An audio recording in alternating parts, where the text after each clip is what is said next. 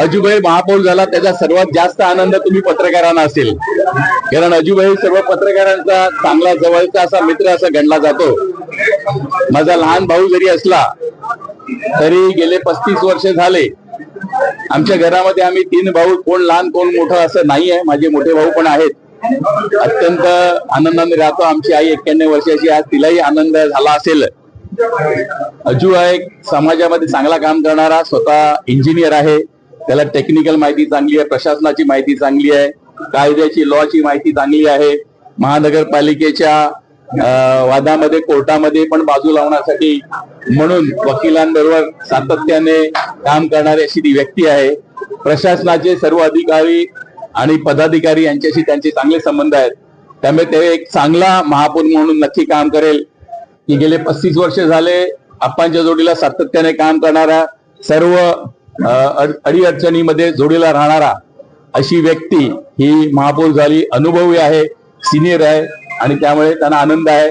आप्पा भाई आमच्या घरातली प्रत्येक व्यक्ती यामुळे नक्की आनंदी झाली असेल, कारण यावेळेला आप्पा भाई यांनी सगळ्यांनी खूप चांगली मेहनत घेतलेली होती आणि अटीतटीच्या निवडणुकीमध्ये सहज विजय प्राप्त होईल याची खात्री होती.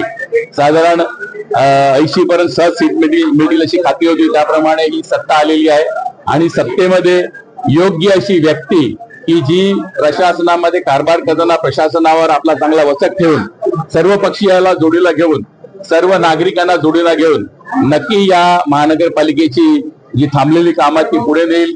गेल्या 5-6 वर्षामध्ये प्रशासकीय काळामध्ये जो काही गोंधळ झालेला, त्या गोंधळामध्ये सावरण्यासाठी म्हणून अजीव पाटील यांच्यासाठी एक चांगली व्यक्ती की जिला प्रशासनाचा अनुभव आहे, जिच्यामध्ये एक ताकद आहे स्वतःची, अशी व्यक्ती आज महापौर झालेली आहे. याचा आनंद मला आहे.